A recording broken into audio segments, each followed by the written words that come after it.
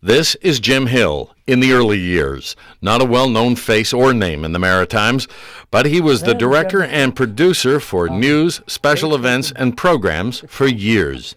Let the people on camera shine. He was not one to step into the spotlight. He was one to put people in the spotlight. Jim immigrated to Canada in 1956 with his wife Betty and son Jim Jr. Before that, he'd been a tank commander during the Second World War and worked for the BBC afterwards. Once in Canada, he worked for the CBC, and in 1961, he was hired by CJCH-TV. Before the doors opened, to set up the audio system, and he stayed on as an audio man. Before long, Jim was producing and directing programming and the evening news. First of all, he was really helpful to newcomers hitting television, newcomers who were raw and green, like me, for example, in 1961, 62. CJCH became ATV, and Jim was still producing newscasts, but also documentaries and special events like ATV's coverage of the royal wedding. He was really pleased with the royal wedding.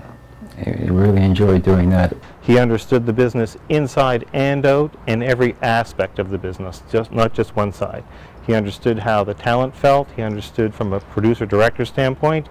And Steve Murphy says, Jim made it clear to anchors and others exactly what was expected and how it was to be done.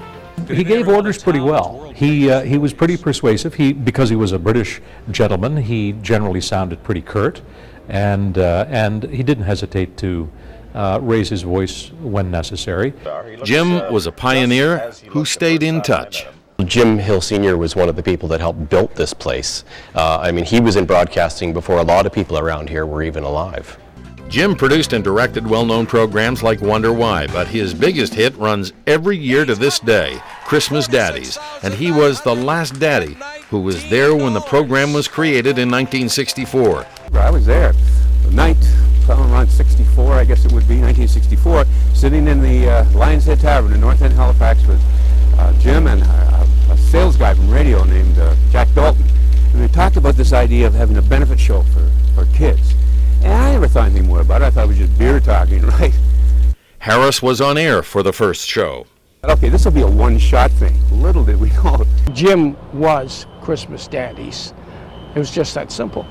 Joe Graves was a well-known hairstylist, and Jim recruited Joe as a volunteer for the first show, and he's done the job ever since. His enthusiasm for this whole thing, this whole project was just incredible.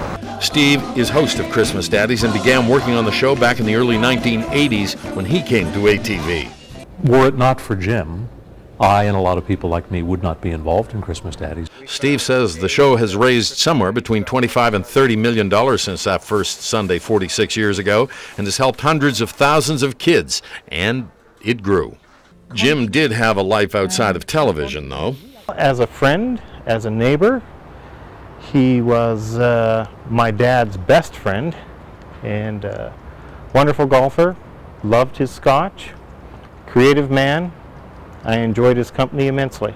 Jim lost the love of his life, Betty, about 8 years ago, not long after their 50th wedding anniversary. Jim Hill Jr. has worked at CTV since the early 1980s, sometimes under the direction of his father. Yes, I'm lucky I had him as a father and a friend, a mentor and a colleague. Jim Hill Sr.'s family was larger than his 2 sons, daughter, 4 grandchildren, and 2 great-grandchildren. He was a daddy to thousands and a friend to all at CTV and beyond. Jim Hill Sr. died this morning from pneumonia. He was 83.